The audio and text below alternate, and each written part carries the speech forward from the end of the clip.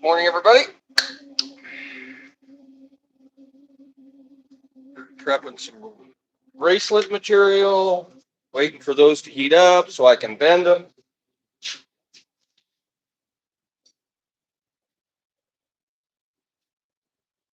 Having a little schnoot of coffee.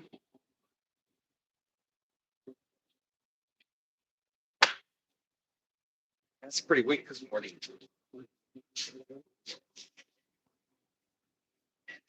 Not great. Looks black. It's very good.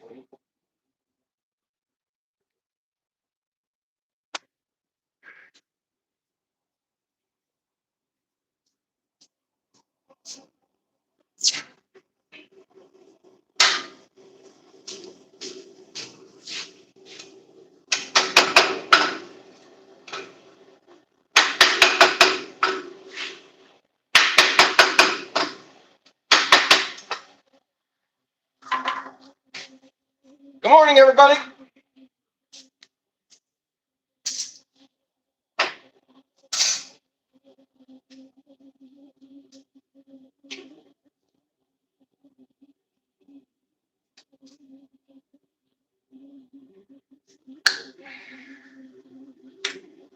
These are fantastic, by the way, if you don't have a set of them. They work really great.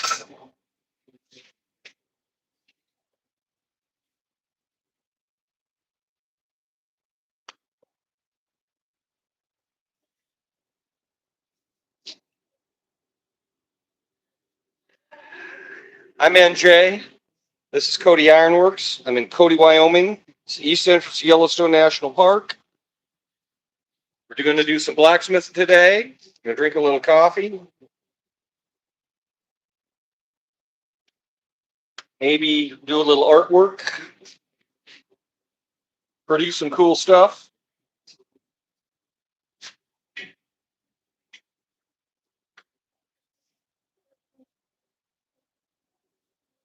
Maybe learn something.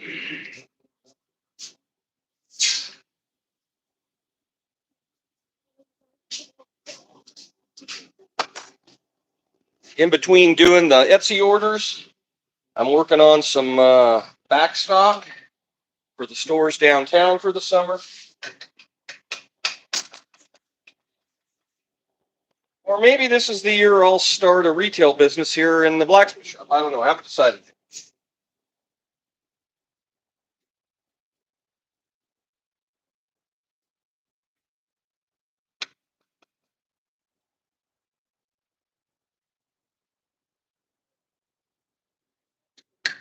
Kind of depends on what happens.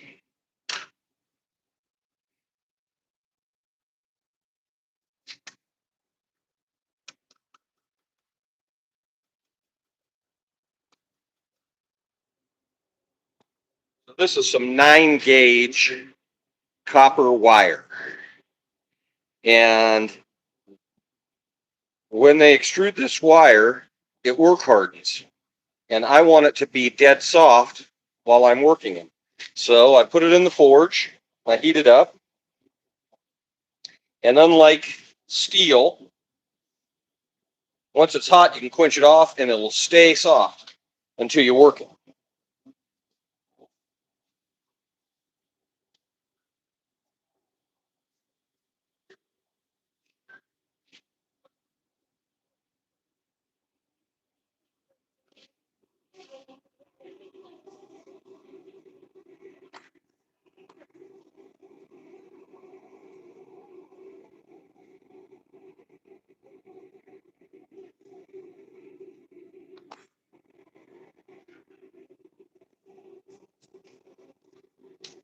So I put it in the forge for a minute, get it hot, and then we'll quench it off.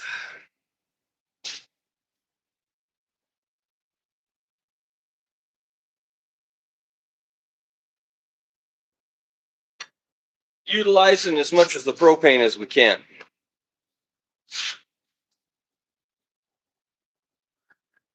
Something different than news. How about that? Let's do something a little different than news in the morning.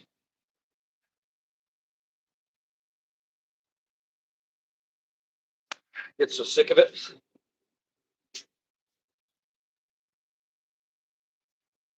So you can see that it discolors. This end is still, it's probably hot. This end is probably hot enough to have annealed, but we're going to flip it around and put that end in too.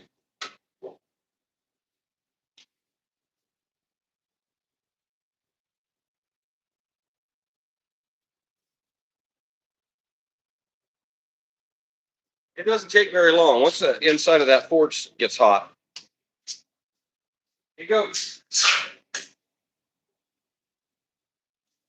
So off camera, I've got a slack tub there. And I just quenched that off, but you can actually hear how different this sounds when I whack on it. Now that it's been annealed, it bends like half-cooked spaghetti.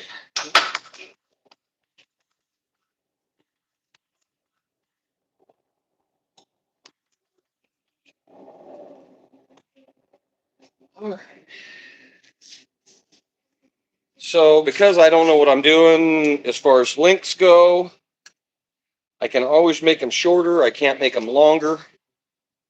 So I'm going to cut them at the longer length.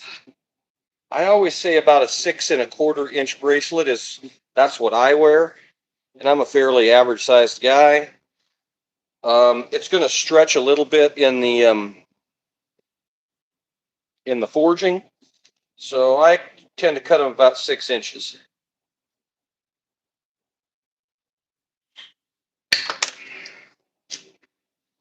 I cut a couple a little shorter.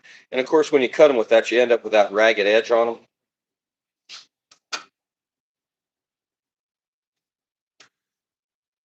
There's a bunch of different ways to deal with that.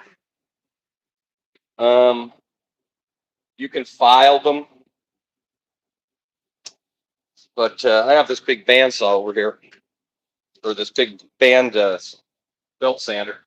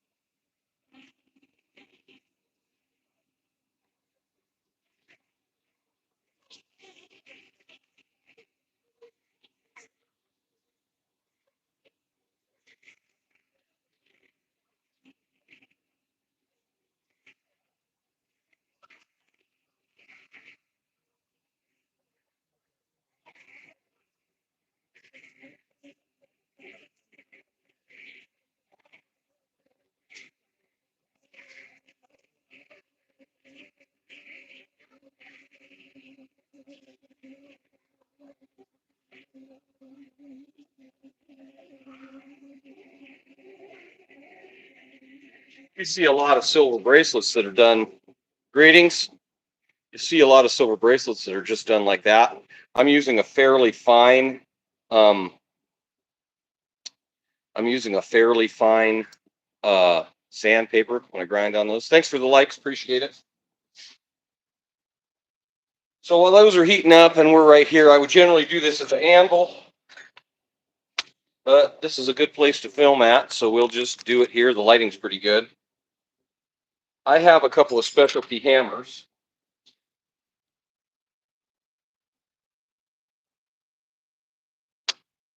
Had this hammer for 30 years. I actually had a silversmith try to buy this hammer from me when I worked at Sundance. When I worked at Sundance Resort, he was like, "I want that hammer," and I was like, "Yeah, no, that's not going to happen."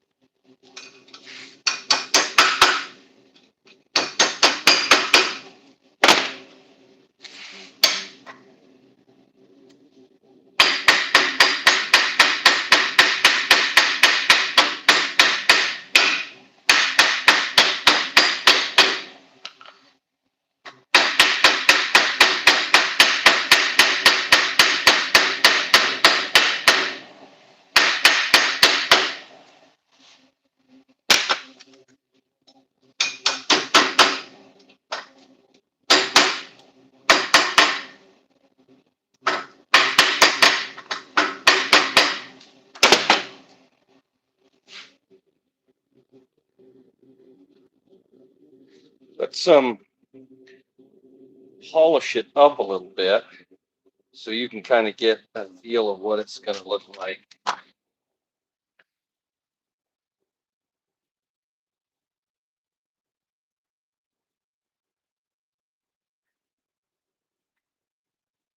Because on these, it's all about the finish.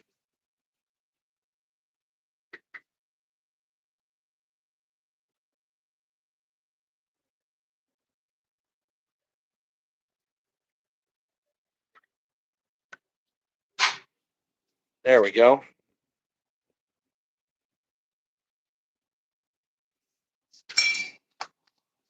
So I'm using a mallet so I don't mar these as bad.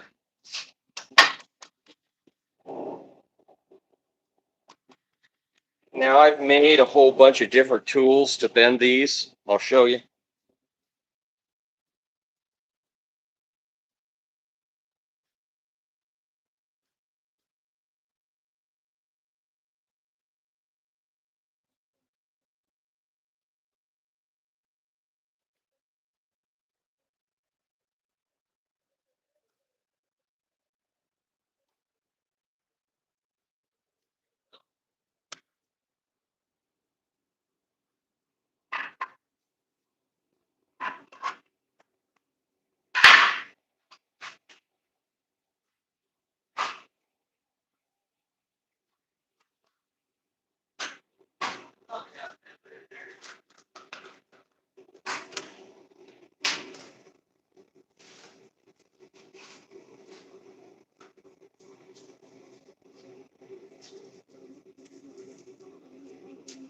Well, I thought I had a bender over there, but I guess I've put it on this bench someplace. Good luck finding it on here. Well, welcome to blacksmithing in real life. So, what we do is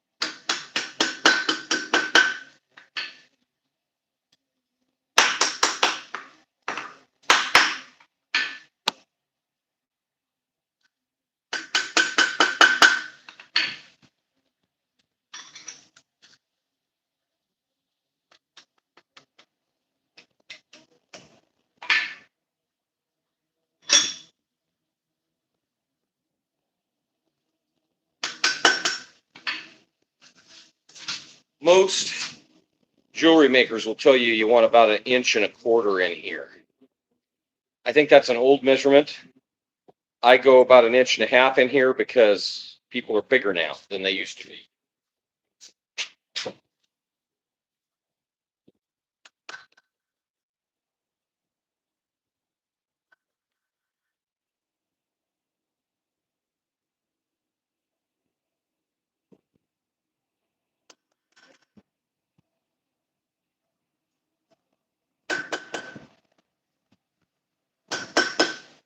So all that hammering has hardened that back up. So all that hammering on that has created some work hardening in that. And work hardening is bad.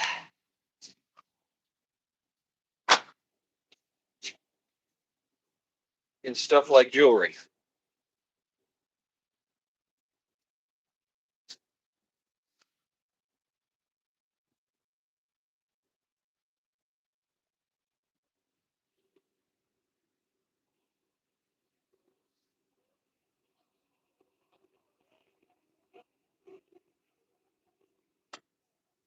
So there you can see the color that's run through there now.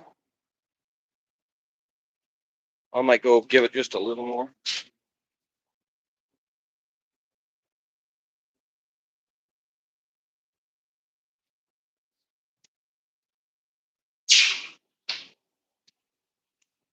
So if a guy was smart and you were wearing and making these bracelets for yourself, once a year or so, what you would do is you would take that bracelet and you'd throw it back in the forge and you'd re-anneal it.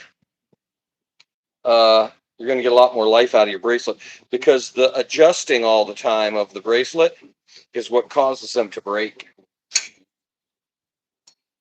They wear hardened.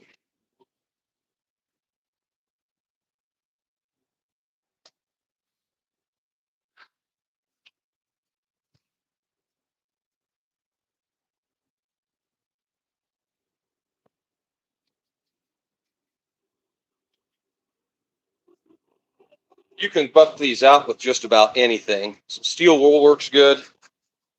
You don't want to use sandpaper too much.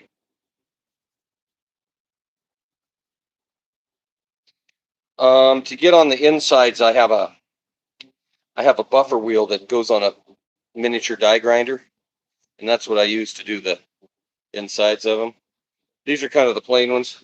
I'll probably do some where I flatten the ends of these out, and we'll do a little more decorative end on them. But my pieces are hot in here, so we're going to bend them up.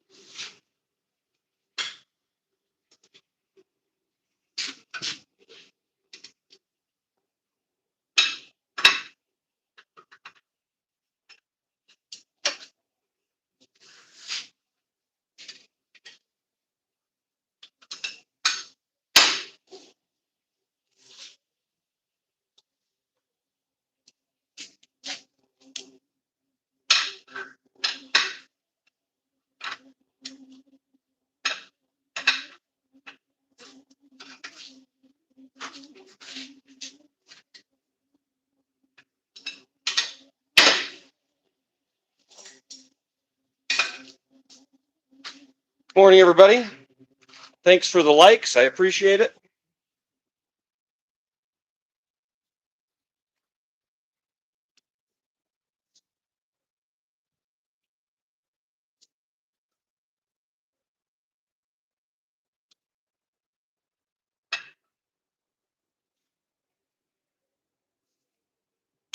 So these are all components for the hat racks that I do.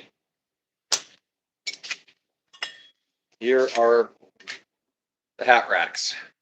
So this goes against the wall, and your hat hangs on there like that.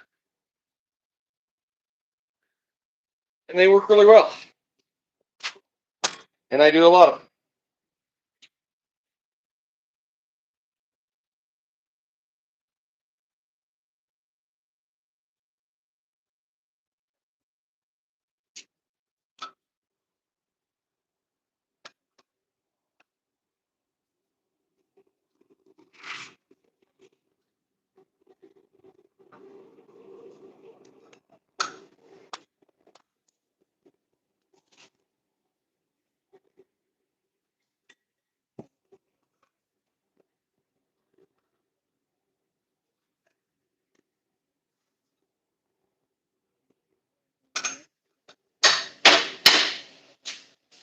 So you've got to see a little of the art component this morning, and now you get to see the manufacturing craftsmanship more component of this deal.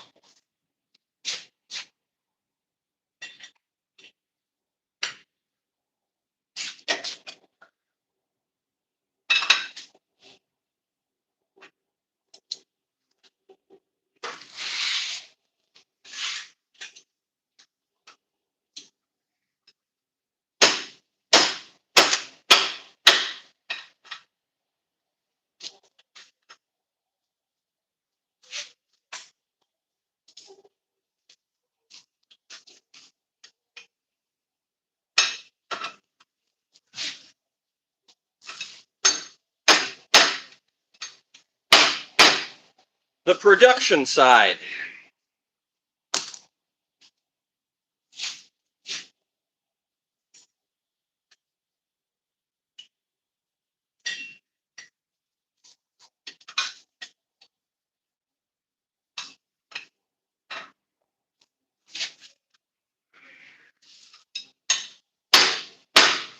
Not too sexy, not too creative, but it keeps my fat ass fed.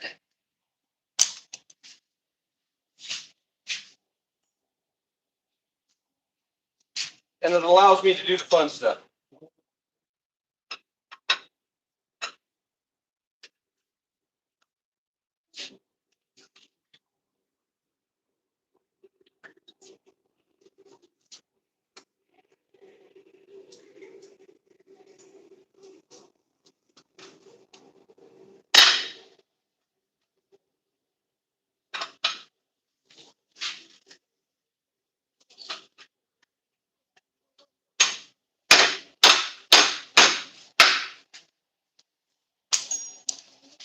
Thanks for the likes. Thanks for everybody being here this morning.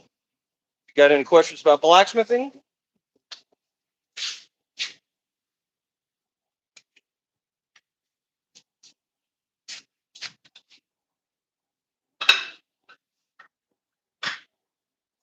I'm sure there's guys around that have more experience than me, but they aren't on YouTube at 5:30 in the morning.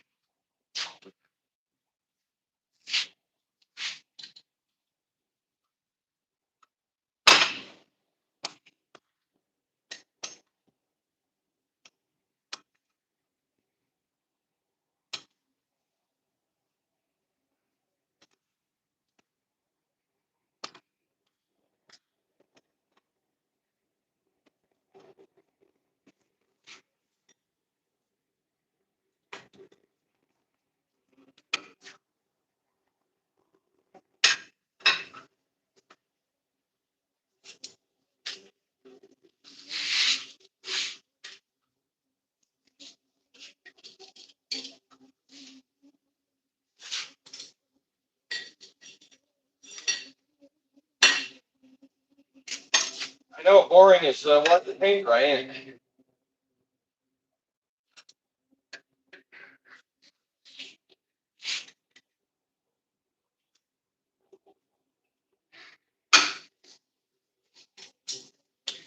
But I know for a fact this tool has done over 3,000 of those. We're making hat rack components.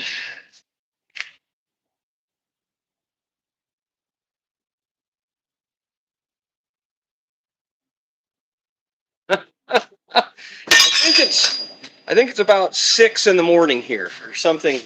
Like I haven't looked at the clock, but yeah, I think it's like 6 a.m. here now.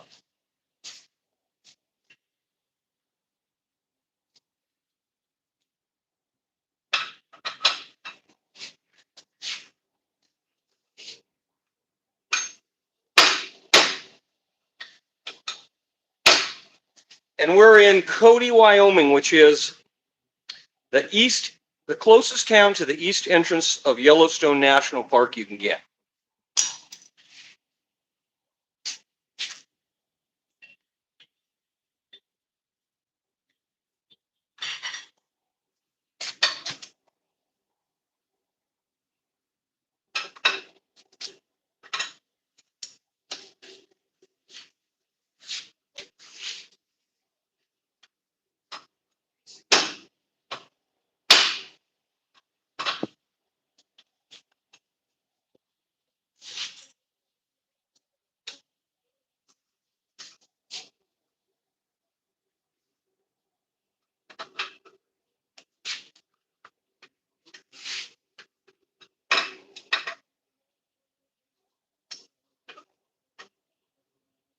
So that's the component that we're making for the hat racks. I generally do 20 feet at a time. So out of a 20-foot stick, I get 17 of them. So I do them 17 at a time.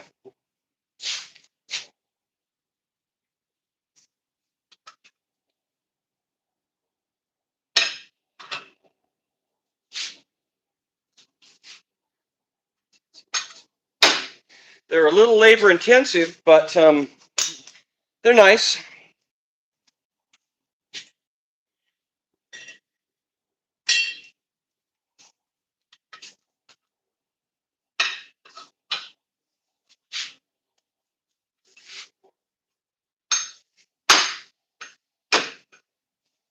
do several different styles.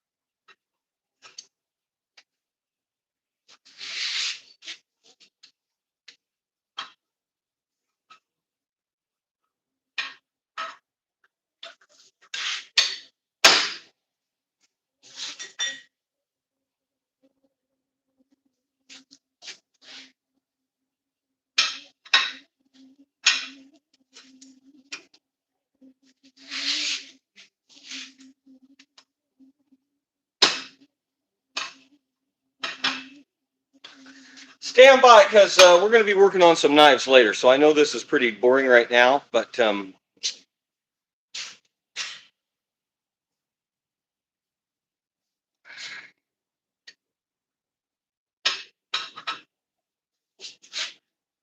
going to be working on some interesting stuff in a little bit.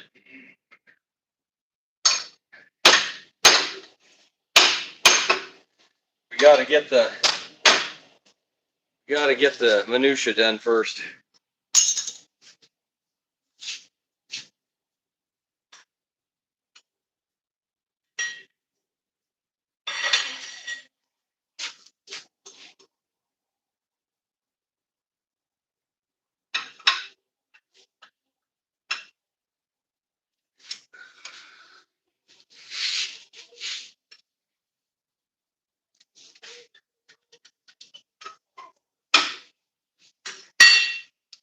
Can't tell, I made this set of tongs specifically for doing these.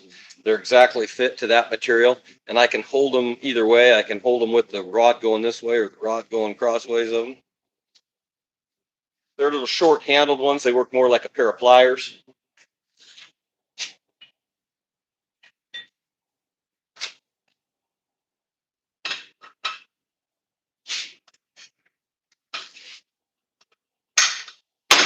I don't have the leverage, but I don't really need it. Let's see, so I can hold them that way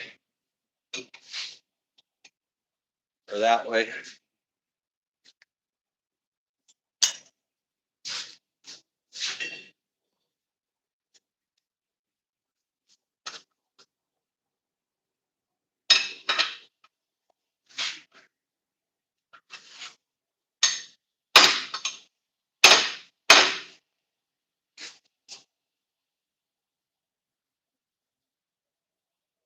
I make almost all my tools, so including all the jigs.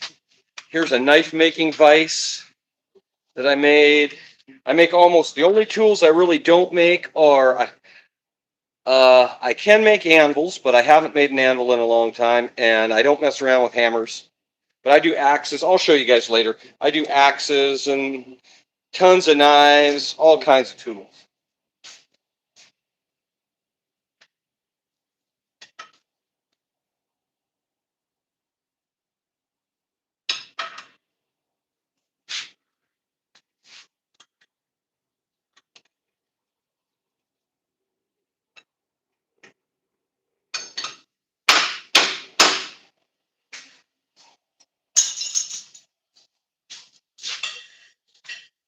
Just about there. We're just about done with these.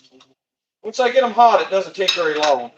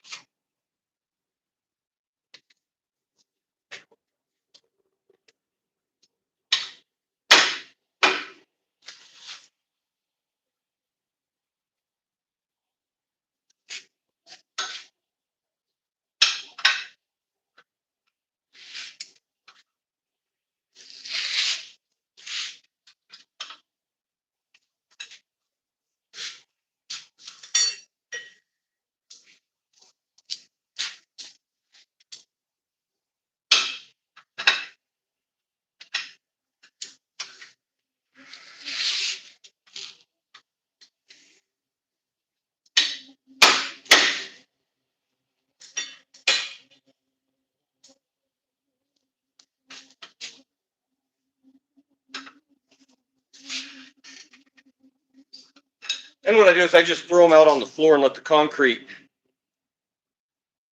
cool them off.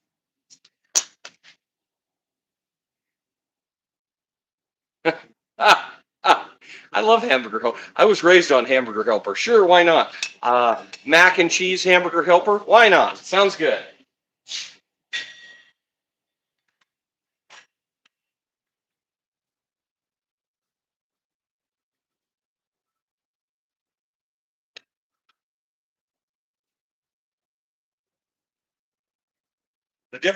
Probably the difference between the hamburger helper that I was raised on and the hamburger helper that you guys had is we were actually, my folks raised the beef that we used in the hamburger helper.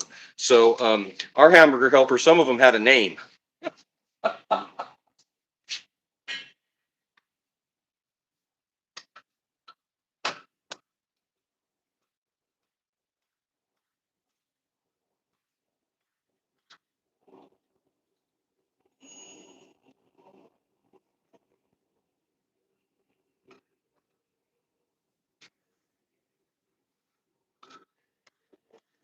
And sometimes their name was hamburger helper.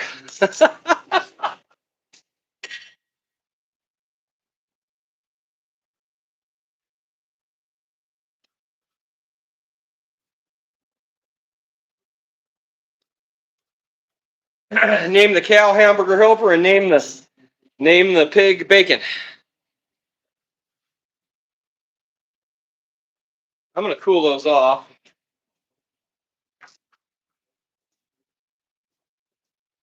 All right.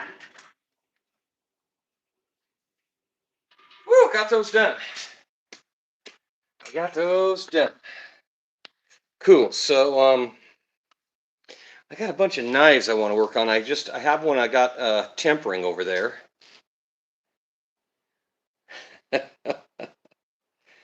Well, I don't know about that. But I'm something. I don't know if I'm real or not. So these been really easy once you anneal them. Once you get them polished up, they really are pretty nice. And I believe that the copper works. You know, a lot of people don't, but if anybody should have a whole bunch of arthritis, it should be the guy who swings a big hammer all day long every day. And I don't. So could be a lot worse. Life is good.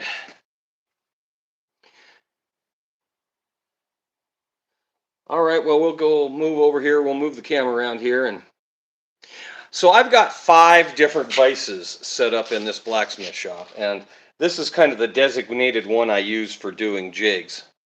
And you can see there back here, there's another jig back here that clamps into this one. It's not the most solid vise that I have in the shop, but it's kind of the out of the way one and one that I don't use a lot when I'm forging. So I've got several here. I gotta be careful here. I don't want to burn. I don't want to set the cord for the phone on those hot. All right, so we'll come back over here. All right, there's the anvil.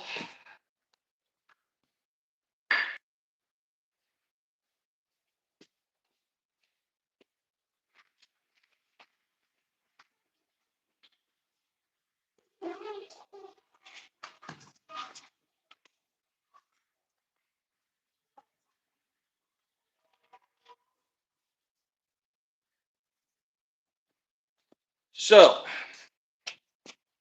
one of the smart things I did when I got into the shop was I put all of this stuff like this on wheels.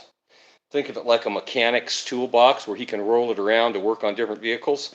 Well, that allows me to take this little portable forge and all my tools and roll it around to wherever I need to be. Very smart idea.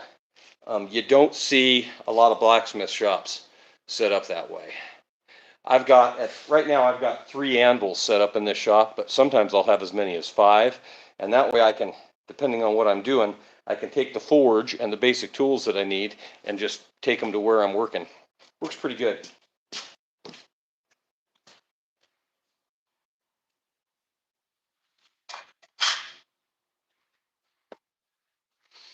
So I've got several vices that are mounted remotely.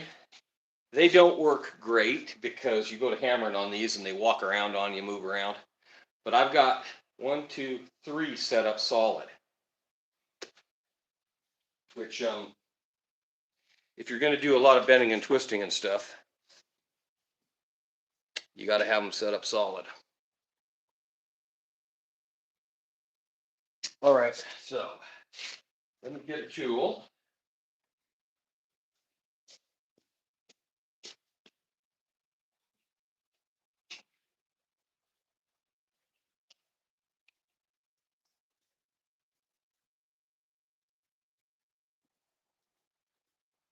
Okay, so let's sharpen our pencil. What's the most complex thing I've made? Probably one of the most complex things is these chandeliers like this. And that one actually has a motor on it, and the outer ring turns around the inner ring, and so it actually motors around there. That's probably one of the most complex things I've done. I do a lot of knives that are fairly complex, but as far as big projects, sometimes it's the things that you think are the simplest that are.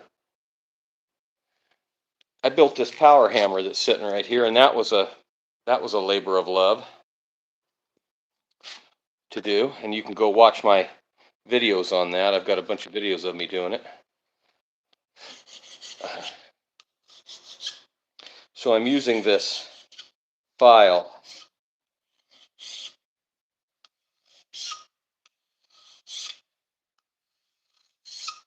to sharpen this piece of soapstone. Pipe to the trick.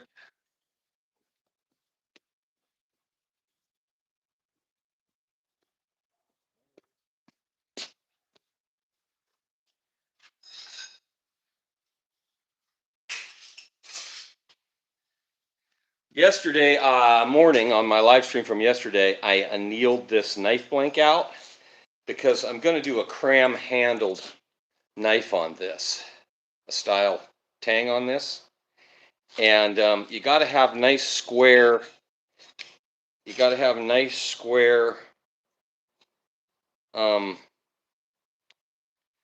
edges for that. And so as square as this rasp is after I forged it.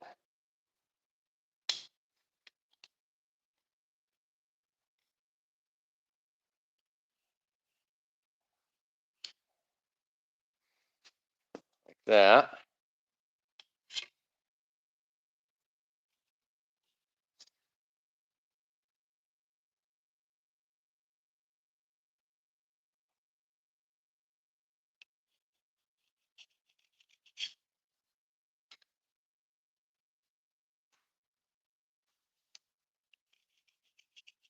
So we're going to take off that little extra bit of material, and then I'm going to put this in the forge, and we're going to forge this off. But I'm going to cut this material out of here just to make it easier. I could forge it out, but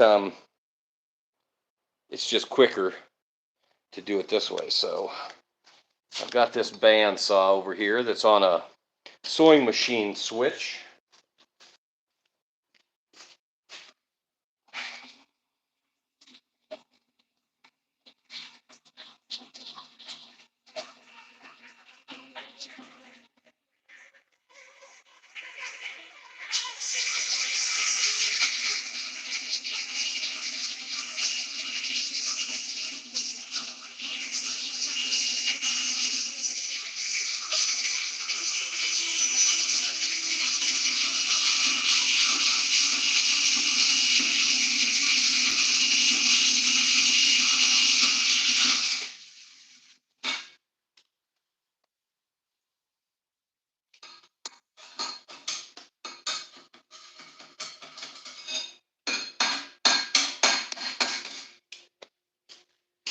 And of course, a piece of steel got jammed up in there.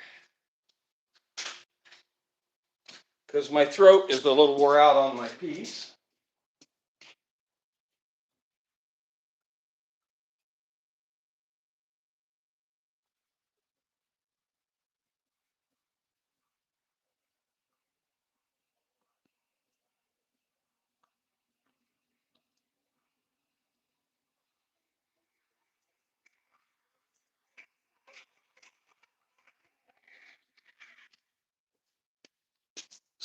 Just squared that. Oh, the little piece that came out of here, it got caught in the throat on the base of the saw, and you don't want to run that because it'll get hooked up in there, and then it'll run the band out of the bandsaw. So if you get a little piece of metal in there that's against the bearing, the roller bearing, you got to take it out, or else you'll lose your. It'll cause your It'll cause your blade to walk off of the wheels.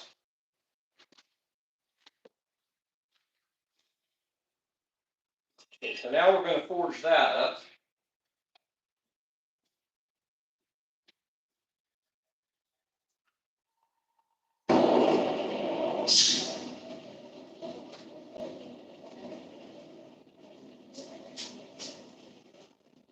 But I've got another one that I'm working on, so stand by. Let me go get it out of the. Let me go get it out of the heater.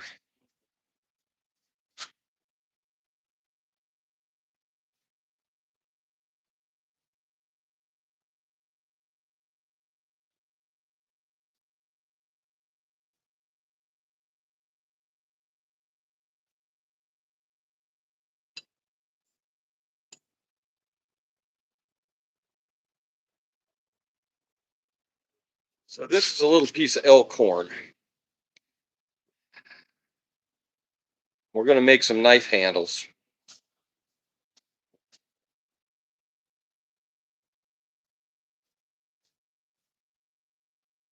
And here's another piece of horn. So everybody looks at this and, oh my God, he's killing elk to get the horns to make knife handles. No, no, no. This is a renewable resource.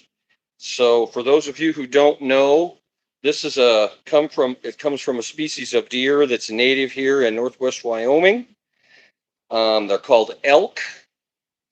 And every spring, about this time of year actually, they drop these horns off. They fall off and then they grow another set by fall. There's a lot of deer around that do that. American elk are one of the bigger horns, and I've got some fairly big ones, as you can see right there. Those are all elk horns hanging along the wall there. There's some pretty good sized ones there. This is what we call the little raghorn ones. And so I either go out and find them in the spring, or my buddies go out and find them, and we trade. And so this is going to be knife handles. You guys can't put those hateful comments in there. The old AI's got that down to where it takes them out. So anyway, so this is going to be knife handles for both of the knives that I'm working on.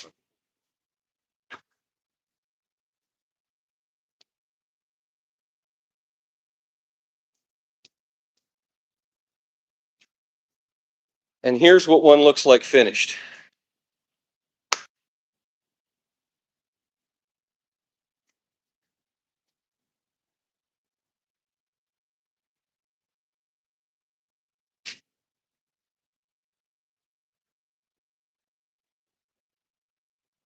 It don't matter. I can't see it anyway because YouTube takes it out. So yeah, so that's what we're working on today. We're working on a couple of these.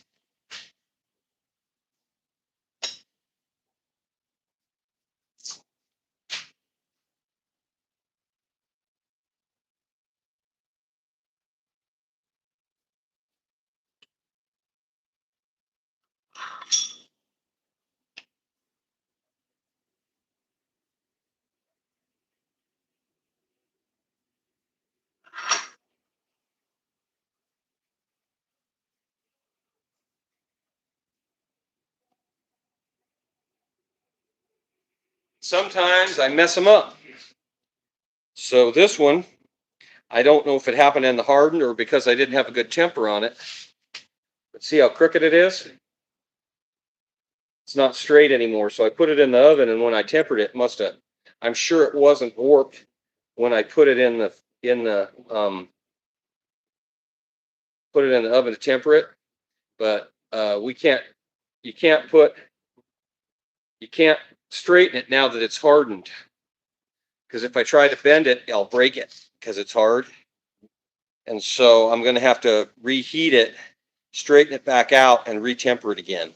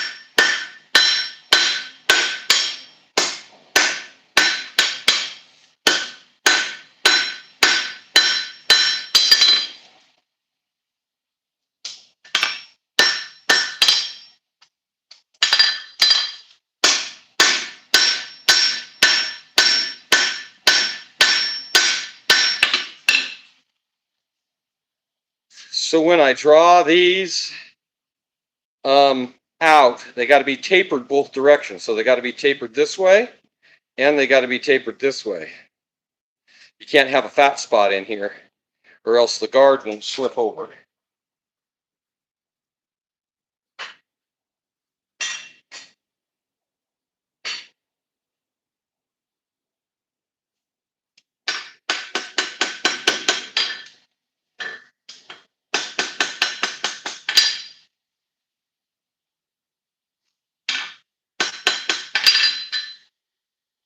All right, we're going to try it again. I probably could have just annealed that handle out and left the blade straight, or the blade hardened, because it was pretty straight, but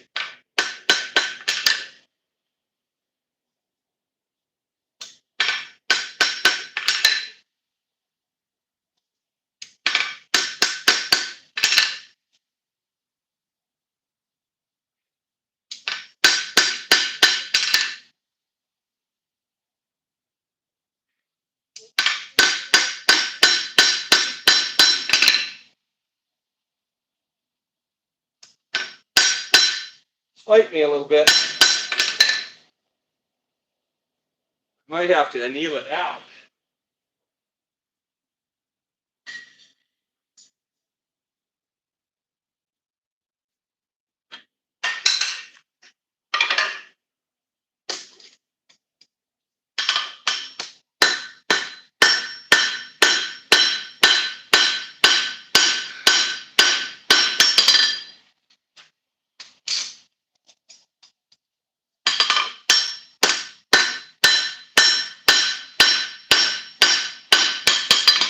A lot of times when you're drawing stuff out like that, it wants to go trapezoid. So it doesn't want to stay square.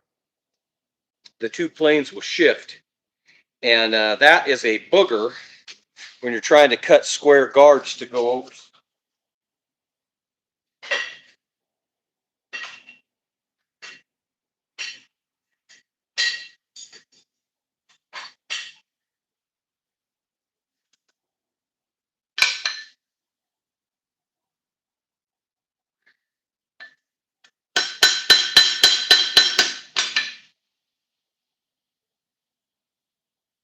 Goodness.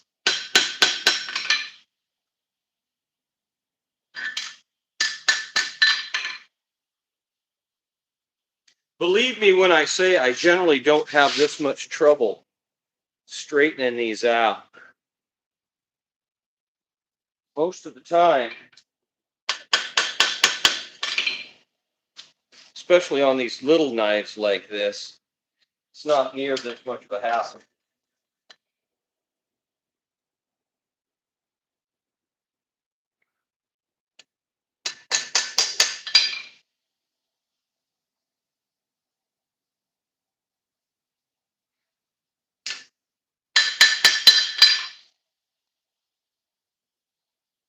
But I don't want to have to do it a third time, because I just threw away, by putting that in the forge, I just threw away 2 hours of work.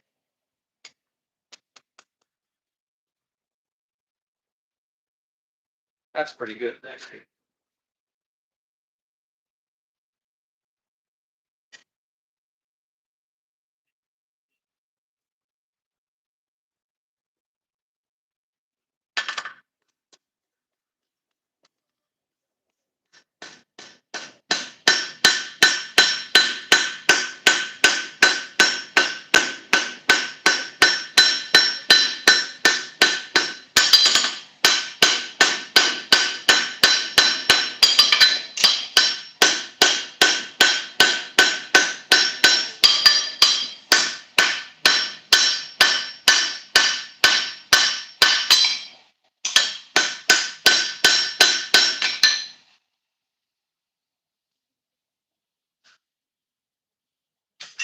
Draw that out a little more.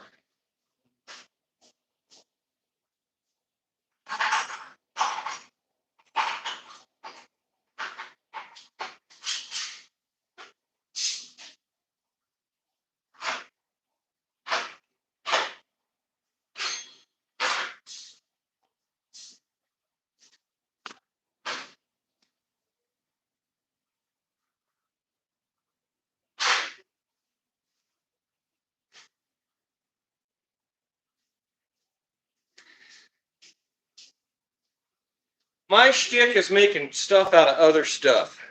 So I am the epitome of a scrounger. You guys will probably have, most of you people have never seen one of these. So back when I was a kid, every engine, particularly tractor engines, had something called freeze plugs. So these little brass plugs went into the side of the motor block on an engine, on the motor of an engine. Went into the side of the block, and if they froze, the object was this would pop out and keep the block from freezing and cracking. So, and you can see right there, Dorman Products 2-inch P28S. So that's a freeze plug out of an engine block. And that is going to go on there like that and be the guard of that knife. But of course it's domed, so I got to flatten it out.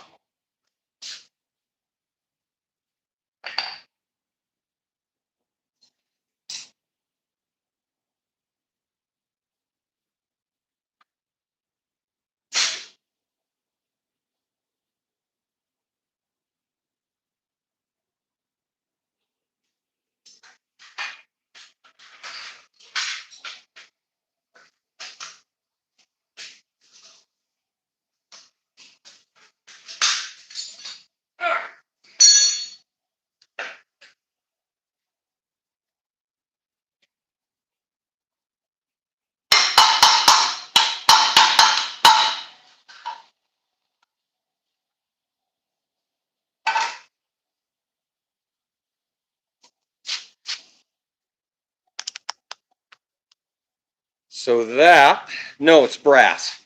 That is my quench tank. It's filled with oil. We're going to harden this knife up. I don't know a lot of guys doing this on YouTube Live.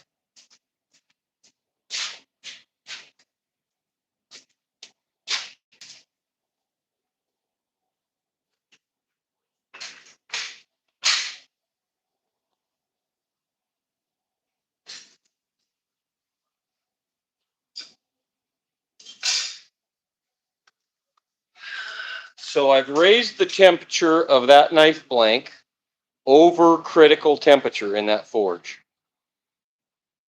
Depending on the steel, it changes. But critical temperature is where it's not magnetic anymore. So what we're going to do is, by quenching it off quickly in oil, we're going to take a piece of steel that's soft and we're going to turn it hard.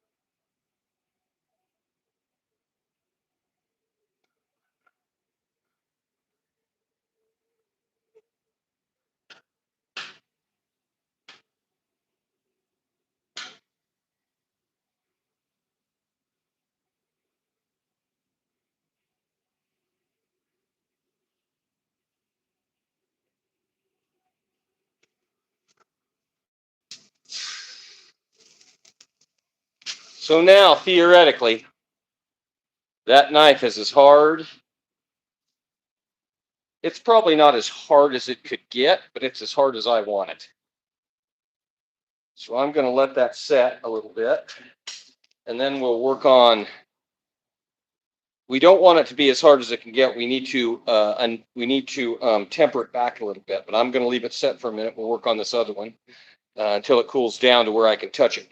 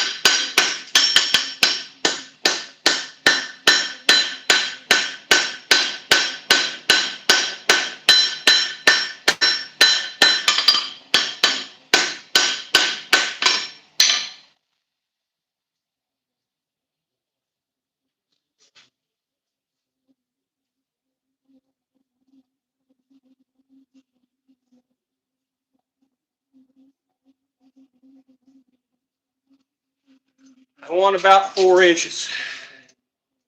So I'm going to draw that out just a little more.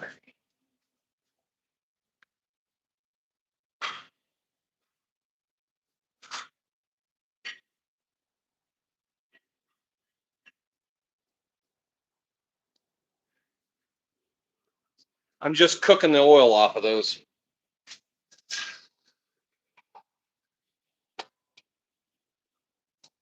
Because I don't want them to be an oily mess next time I use them.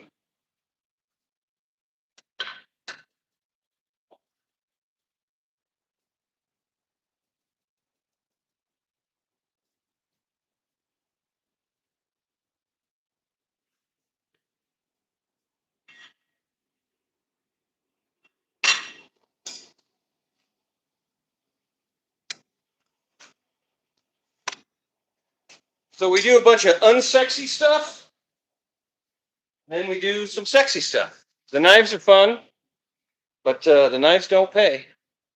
The hat racks pay. And that's why I do hat racks. More coffee.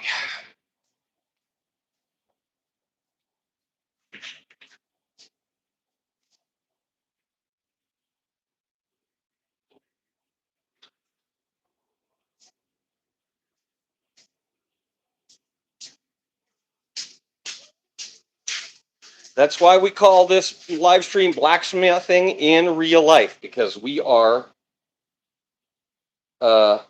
making real stuff in real life. This isn't a stage.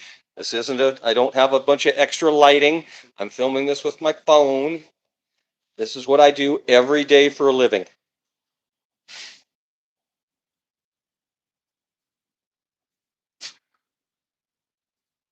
And sometimes it gets a little monotonous.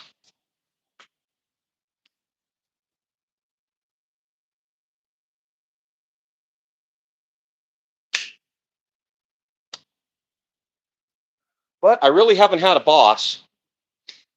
Thanks for the likes. I appreciate that. I really haven't had a boss in about 35 years, really.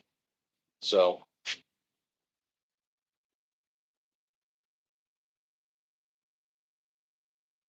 there's something to be said for that.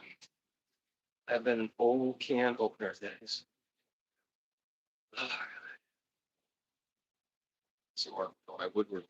No need for an expensive knife. Yeah. The trick with making homemade knives, especially if you're making them like out of old chisels or something, is when you regrind the edge in them, you have to be really careful that you don't get them so hot that you take the temper out.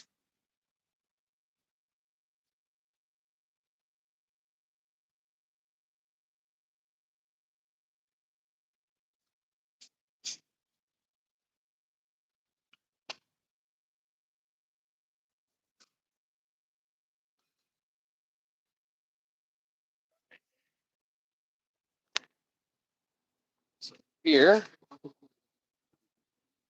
swing over here just a little bit so you can see this treble hammer.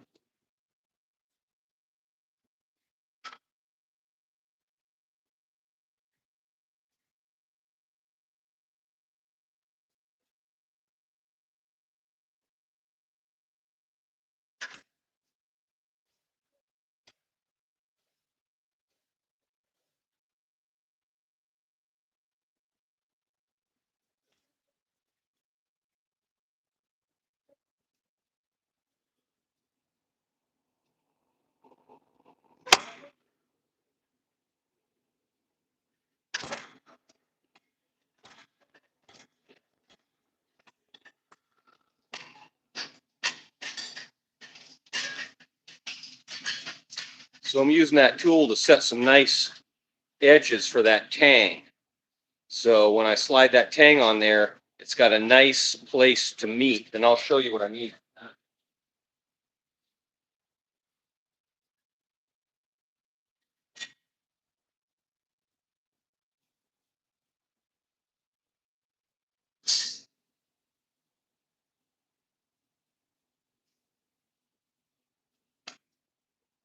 So we're going to slide a tang up there.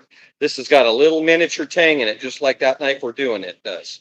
So we're going to cut out a place where it slides up the tang and it fits against those square cuts that we have, right?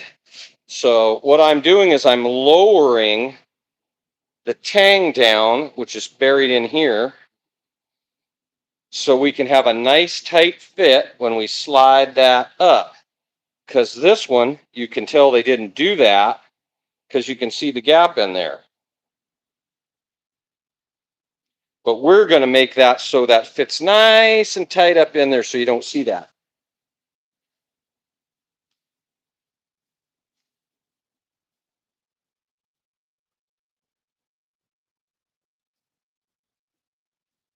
And we do that by making the tang just a little bit thinner than the blade.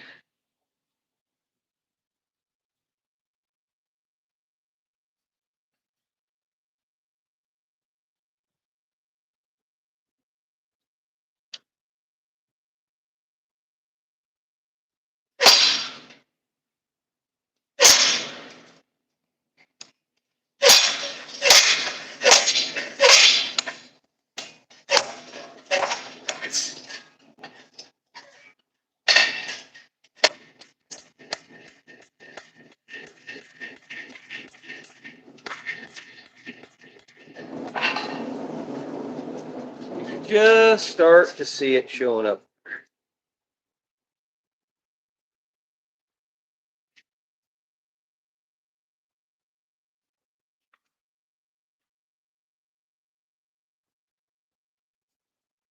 Now I could grind it in. I could take it over to the belt sander and smash it against the belt sander and grind that off. And I will probably have to do that some. But I have something in the shop that I call forged to finish, and which means I try to get the knife as close, or whatever I'm working on, not just knives, as close to the finished product as I can before I quit forging on it. And that saves a lot of work in the finishing. It saves a lot of use of consumables like sandpaper and grinding wheels and stuff like that.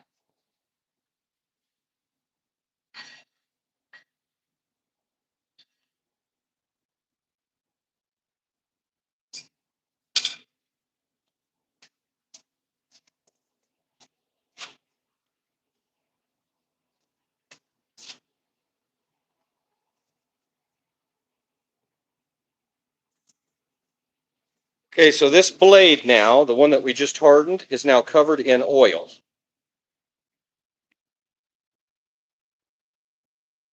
Carbonized oil. So I'm going to use a little of this paint thinner.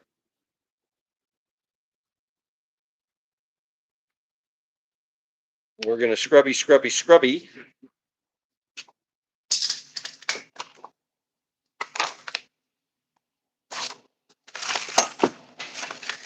In an attempt to get the majority of that oil off. And then I'm going to take it over to the, I'll probably take it to the bathroom and use some soap and wash the rest of it out with some soap, some dish soap. And then what I'm going to do, see now we're talking. Now we're cooking with gas. So now I'll take it over and I'll put it in the, the toaster oven.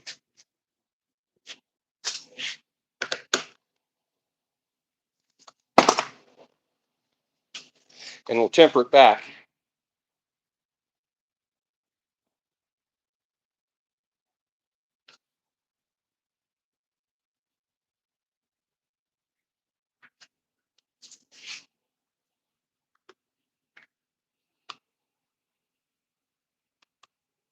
I generally don't work on these one at a time. I'm generally working on, when I'm doing knives, I generally work on 4 or 5 at a time. I guess I'm working on 2, but generally I'm working on, I'll cut out 4 of these at a time and I'll do them 4 at a time. It's just easier.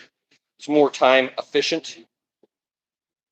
But since I started doing these live streams, it's kind of changed up what I'm doing. We're really trying to get to 200,000 subscribers on my YouTube channel. And so I've been spending 2 hours a day, getting up an extra hour early, spending 2 hours a day, and doing a live stream every day. We're trying to. All right, so now that's as hard as it's going to get. You can't really do anything with it when it's this hard, because if you tried to tap on it or something, you take a chance of breaking it. It makes the edges very, very brittle. So we're going to put it in the oven for at about 300 degrees for until it's 300 degrees all the way through. And then we can put our handles on it. Stand by.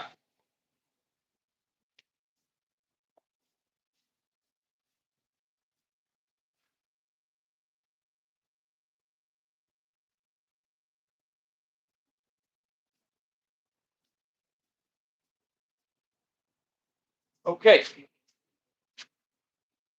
How's everybody doing this morning? Thanks for joining in our little thing here.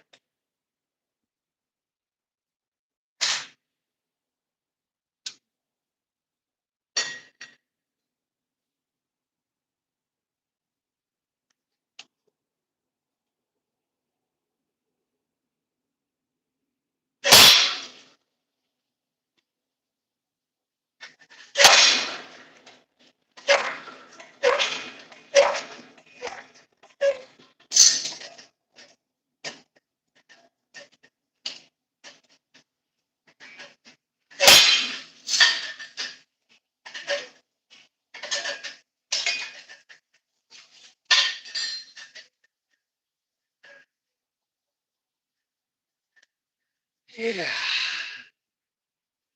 Getting there.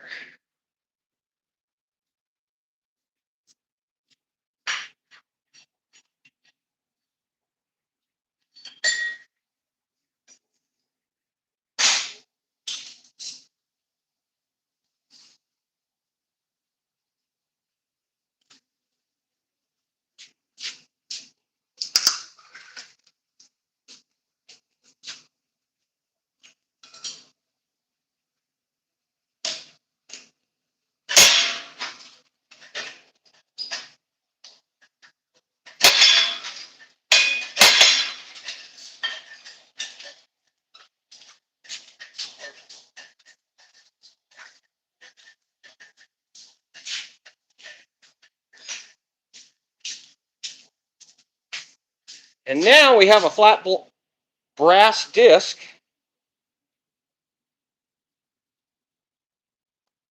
that we can use as a guard.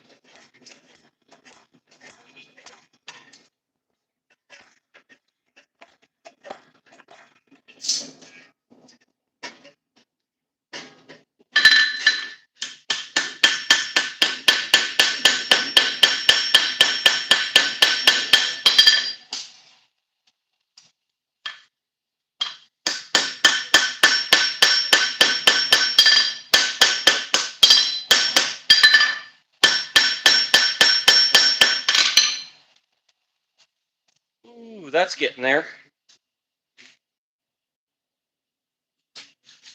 We need that much handle.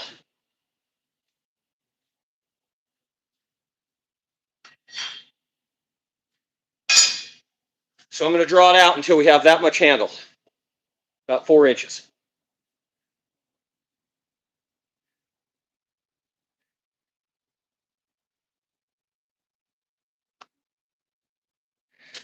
All right, back to some artwork. Here's some artwork from the last couple of days.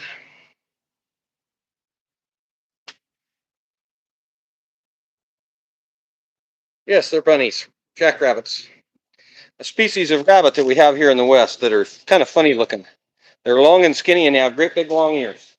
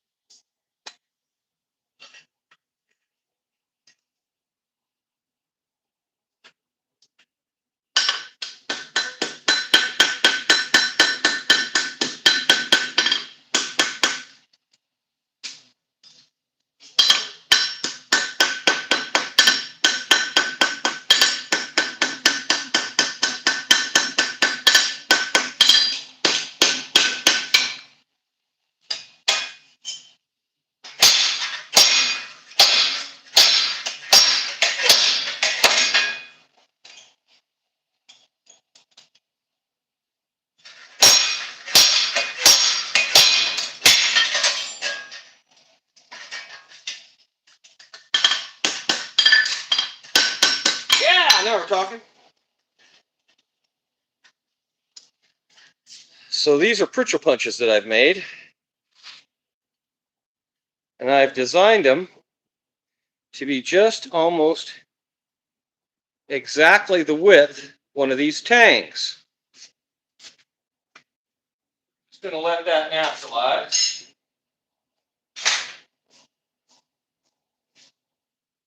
I'm going to take just a little bit more off of this.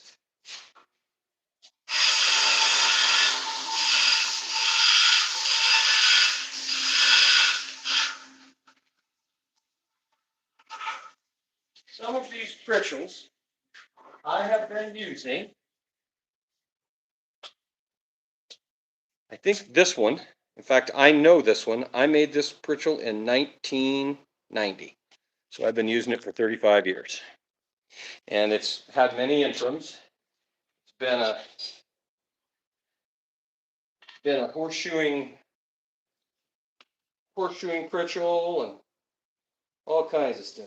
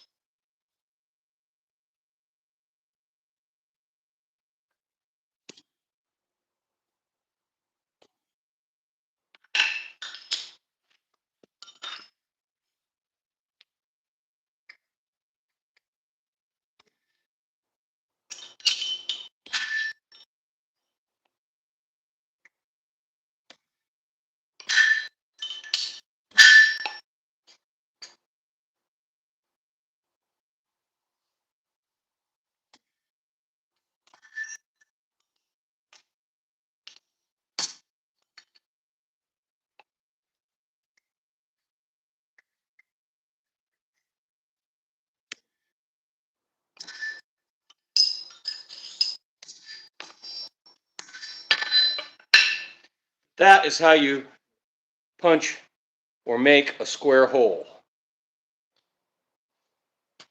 You punch it. And so you punch it out. So once this tang cools out on this knife a little bit,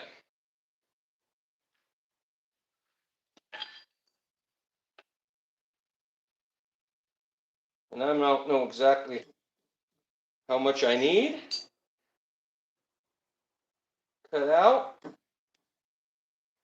But the great thing about doing it this way is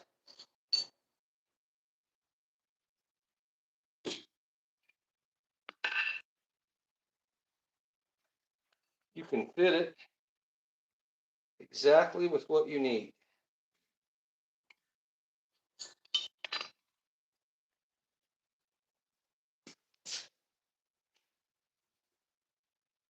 And that's how we punch the hole for the rectangular guard. But we gotta let that cool off a little bit before I mess with it. We gotta let it naturalize so it doesn't get hard. I can't just run it over to the water and push the water, or it'll harden that steel back up, and then I take the chance of busting it.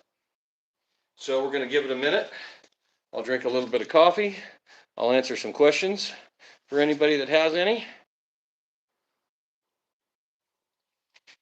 If you're coming late to the party, we're working on some knives. We were doing hat racks earlier. I was doing some jewelry earlier.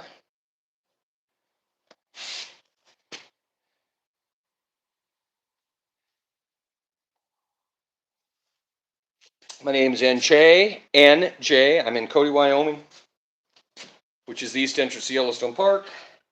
I've been blacksmithing full-time professionally since 1990. I started as a farrier or a horseshoer. I did that and trained horses for 25 or 25 years. I actually trained horses for about 30 years. But I'm too old to be shoeing those horses now. I don't like being cold and my hands hurting and my back hurting, so I do the blacksmithing full-time now. Thank you for the likes. I appreciate it. It all helps. And this is my daily live stream about real life blacksmithing and how you make a living blacksmithing, or how I do it.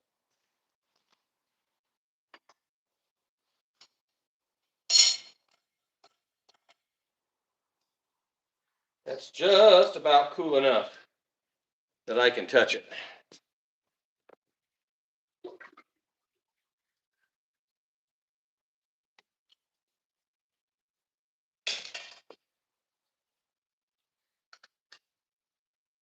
So I'm going to take this over to the belt sander, and I'm just going to clean up that tang just a little bit so it doesn't have all that mill scale on it, so that will slide down on and off of there easier. So stand by for a minute.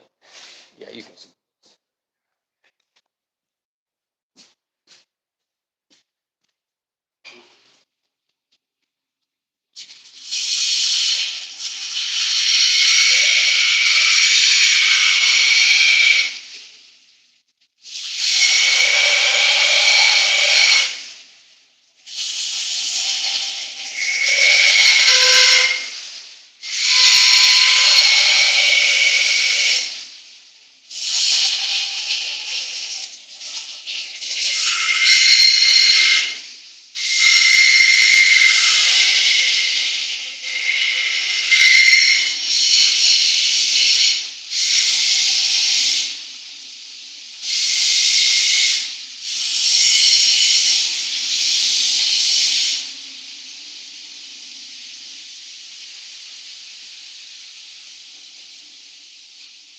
Because we're doing that way, you have to have that tapered, right? So it'll slide on there the whole way.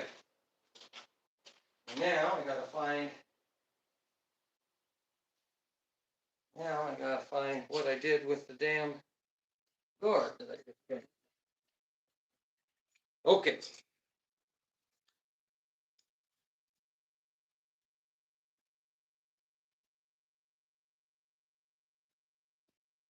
So our width looks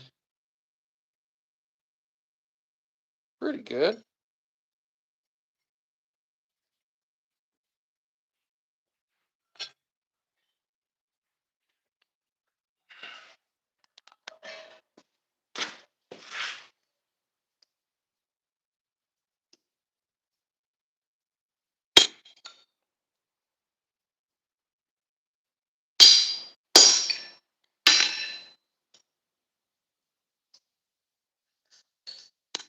When you finish these cuts like this,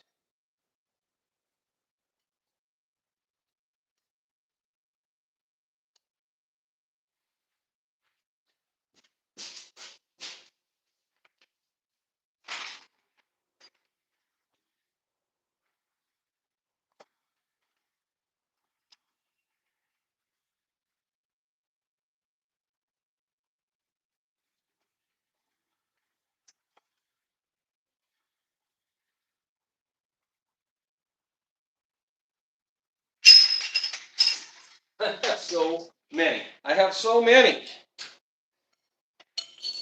I have so many.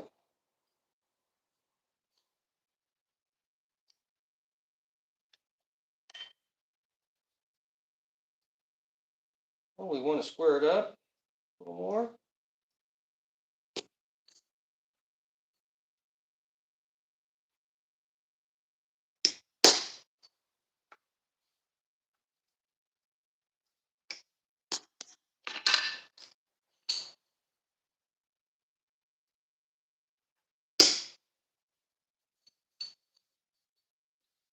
So this face on the anvil is soft. This is the hard face. This is a soft face. So it doesn't hurt.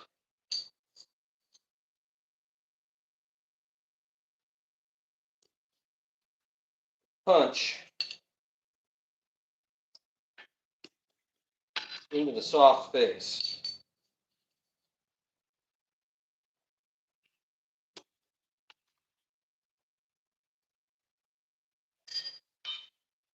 I just kind of peeled one side just to make it a little bit wider. And I'm not quite square either. So we're just shaving. The edge of this Pritchel is very sharp. And so it actually cuts.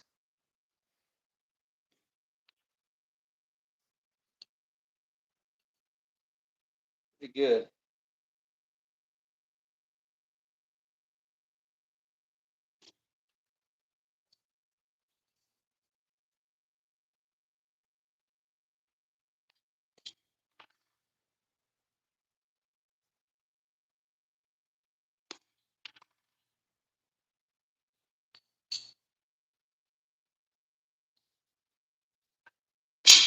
So if you need a little bit more width, you can just, because it stretches a little,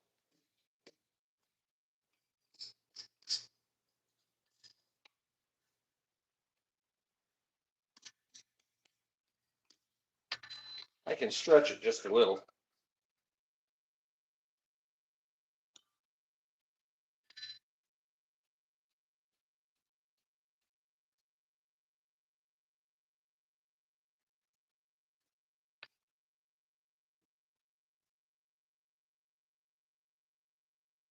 That's how we do it. Take it in chapters. Take it in chapters. We know our width is really good.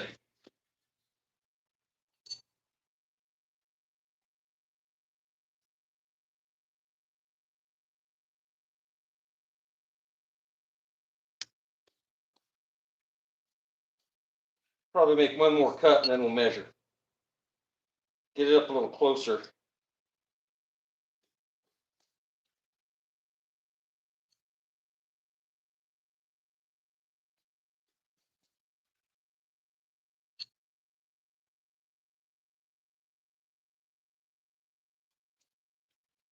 When I turned 40, couldn't figure out why my damn knives were turning out so crappy.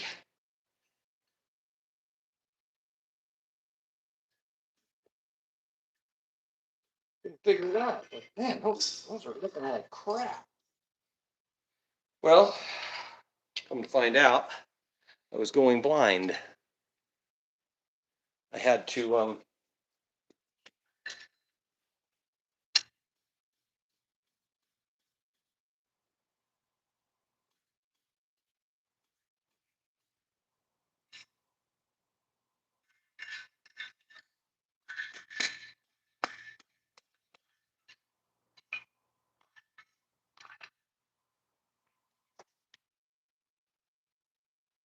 so I got to clean up the edges of this forging before I can push it all the way up on there. But we're there.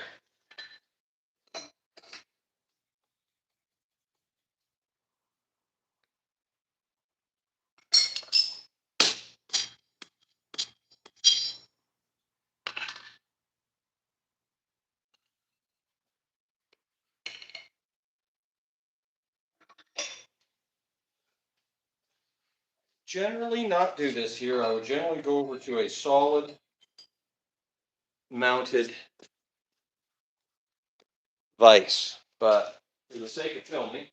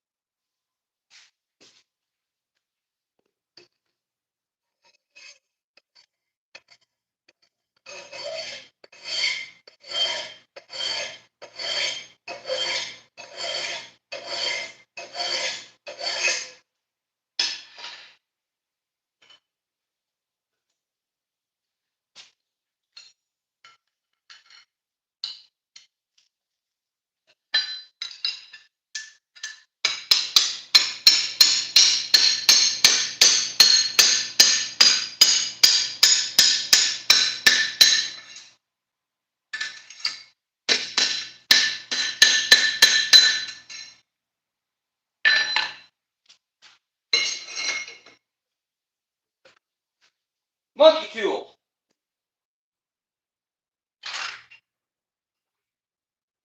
A monkey tool.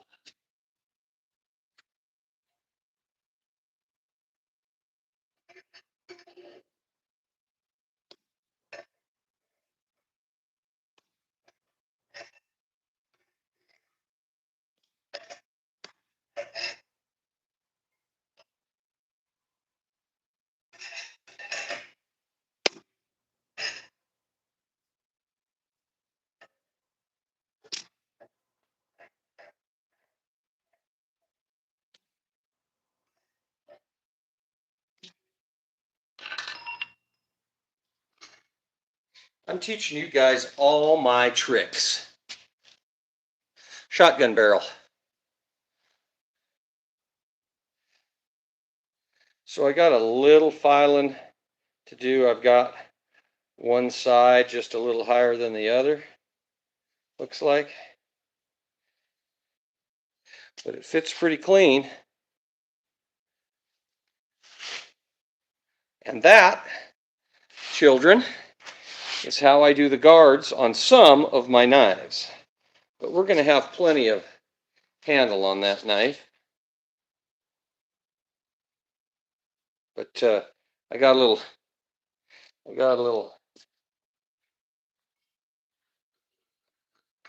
filling in. Got to do a little filing.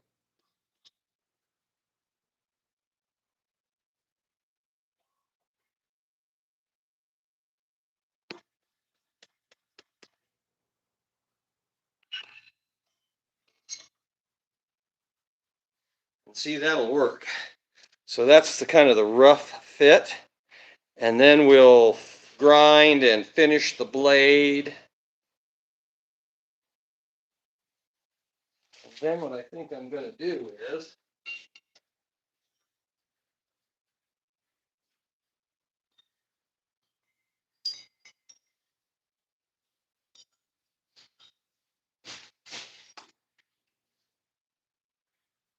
I do that piece of horn.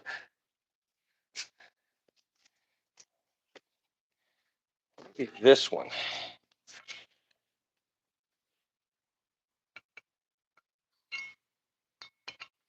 If I don't crack it.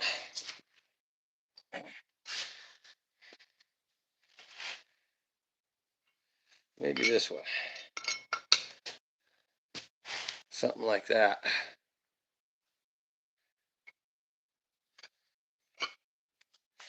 That'll be kind of nice. Very mountain man-y. Mountain man-like. I don't know.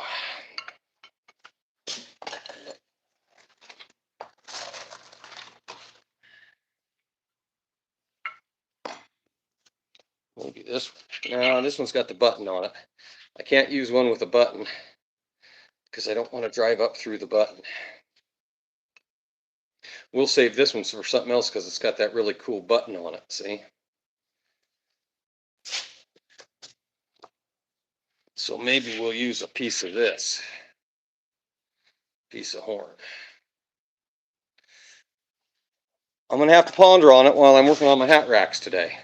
But now you guys know, I'm teaching you all my tricks for free. Teaching you all my blacksmithing tricks for free, and like 90% of you are not subscribed. And I'm teaching you everything I know for free.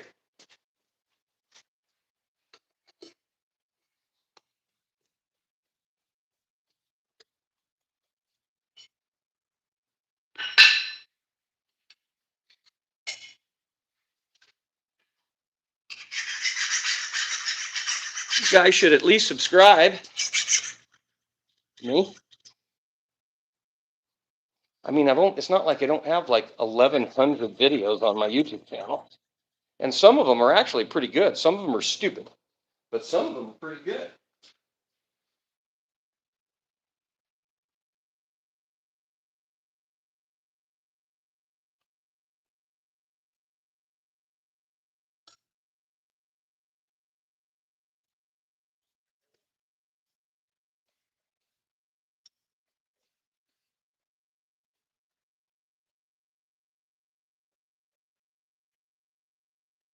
That's going to work.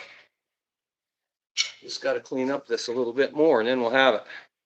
All right. Any questions, comments from anybody? Questions? You want to know anything? Now's your chance. Now's your chance.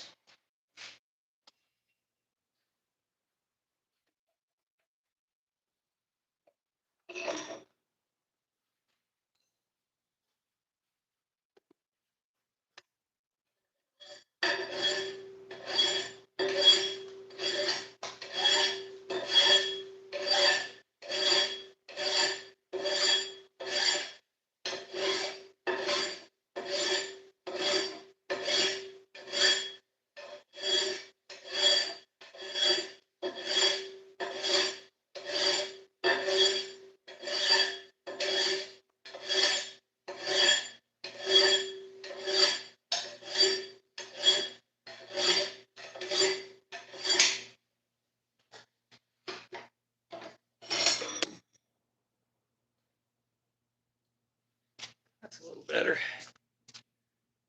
Got just maybe a little bit more to take down on this side, because we want that to fit nice and slick up through there. We do it.